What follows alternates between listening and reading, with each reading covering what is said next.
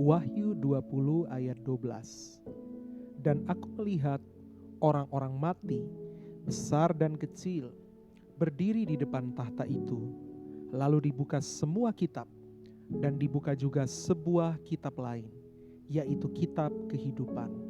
Dan orang-orang mati dihakimi menurut perbuatan mereka, berdasarkan apa yang ada tertulis di dalam kitab-kitab itu. Shalom, apa kabar saudara dan sahabat sekalian yang saya cintai? Doa dan harapan saya kita semua tetap sehat, tetap semangat dan tetap sukacita di dalam penyertaan dan perkenanan Tuhan Yesus Kristus. Percayalah saudara, bahwa apapun dan bagaimanapun keadaanmu pada saat ini, Tuhan Yesus tidak pernah dan tidak akan pernah berhenti menyayangi dan mengasihi kita. Saat ini saya mengajak kita untuk bersama-sama mengambil waktu teduh, sela, jeda sejenak untuk kita merenungkan firman Tuhan. Sebelumnya, mari kita berdoa. Bapa di sorga, di dalam nama Tuhan Yesus, kami bersyukur untuk kesempatan yang baik ini. Kami kembali boleh berjumpa, saling menguatkan melalui renungan pada hari ini. Biarlah Allah Roh Kudus mengurapi kami semua, supaya kami dapat menangkap dan dapat mencerna dengan baik setiap bagian kebenaran firman Tuhan yang akan kami renungkan. Di dalam nama Tuhan Yesus Kristus, kami menaikkan doa dan mengucap syukur. Haleluya, puji Tuhan. Amin. Nah saudara, tema renungan kita pada hari ini yaitu dihakimi menurut perbuatan.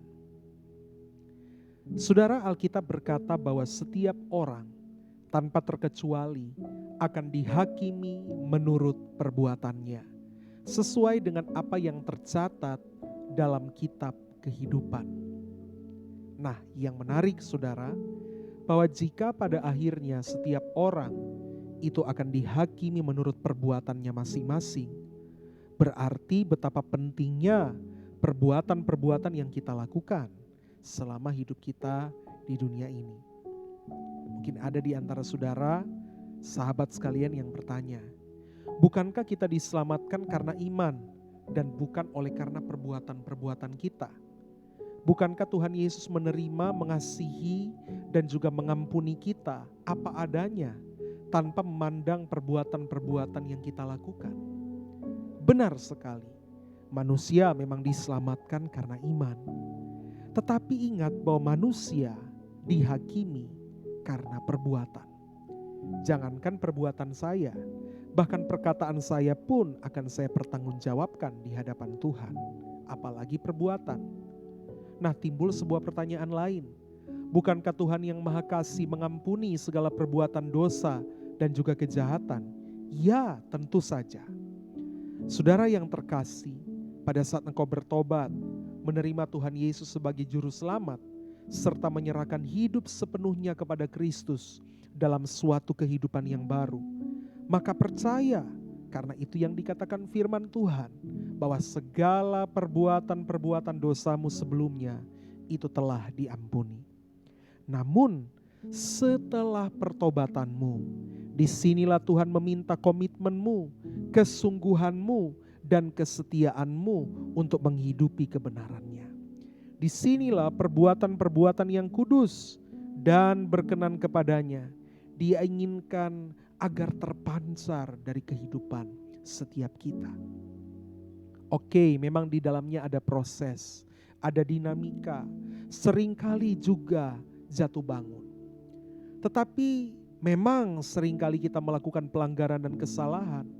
Namun saat kita mengakuinya di hadapan Tuhan dan datang di hadapannya dengan rendah hati dan tulus, Tuhan pasti mengampuni. Tuhan pasti menerima dan tetap akan menyayangi kita, karena janji dan kesetiaannya itu sifatnya tidak berubah. Namun ingat satu hal saudara, bahwa Tuhan tidak bisa dipermainkan. Keadilannya berlaku bagi semua orang tanpa terkecuali. Tuhan tahu jika kita serius, sungguh-sungguh, atau hanya main-main dengan Dia dan firman-Nya. Dalam hal inilah semua perbuatanmu akan engkau pertanggungjawabkan di hadapannya. Ingat, kasih-Nya itu gratis, tetapi tentu saja tidak murahan. Oleh sebab itu, melalui perenungan kita pada hari ini, saya mengajak kita semua, termasuk pribadi saya sendiri juga, untuk supaya mari kita bersama menjadi pribadi-pribadi yang tahu menghormati, tahu menghargai kasih Tuhan yang begitu besar, dengan cara mempersembahkan perbuatan-perbuatan yang mempermuliakan Tuhan, bukan sebaliknya mempermalukan Tuhan. Biarlah tidak ada lagi dusta atau kebohongan meski di saat terjepit. Biarlah tidak ada lagi perzinahan atau perselingkuhan meski godaan datang. Biarlah tidak ada lagi kemabukan, merokok, berjudi, ataupun pesta pora meski pengaruh lingkungan atau pertemanan begitu kuat. Biarlah tidak ada lagi percabulan, seks pranikah, masturbasi, pornografi, meski pergaulan modern menganggap hal-hal itu biasa. Biarlah tidak ada lagi korupsi, suap, atau berbuat kecurangan, meski kesempatan itu ada. Hidupilah kebenaran, takutlah akan Tuhan, dan jauhilah kejahatan. Maka pada akhirnya, penghakiman terakhir bukan lagi sebuah momok yang menakutkan. Karena engkau dan saya, kita semua akan dihakimi bukan lagi untuk mendapat hukuman, melainkan untuk menerima mahkota kehidupan dan upah yang dijanjikan oleh Tuhan bagi setiap kita.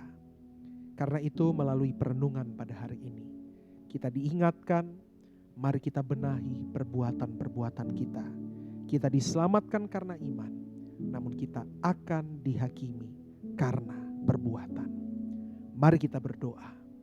Bapa di sorga, di dalam nama Tuhan Yesus, kami datang kepadamu dengan kerendahan hati. Kami meminta pengampunan dan belas kasihan-Mu.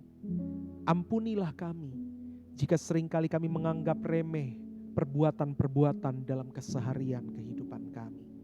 Kami percaya bahwa Engkau Tuhan yang mengasihi kami, yang menerima kami apa adanya dan mengampuni segala dosa kami. Namun mampukan kami juga untuk menghormati keadilan-Mu dan juga penghakiman-Mu. Oleh karena itu kami mau bertobat jika masih ada perbuatan-perbuatan dosa yang kami lakukan. Dalam nama Yesus, apabila di antara sahabat, saudara sekalian yang mengikuti perenungan ini Bapa, yang mungkin masih terikat dengan perbuatan-perbuatan dosa, apakah itu kenajisan, percabulan, penyembahan berhala, dusta, pesta pora, merokok, narkoba, berjudi, ataupun dosa-dosa yang lain, baik yang dapat disebutkan maupun yang tidak kami sebutkan.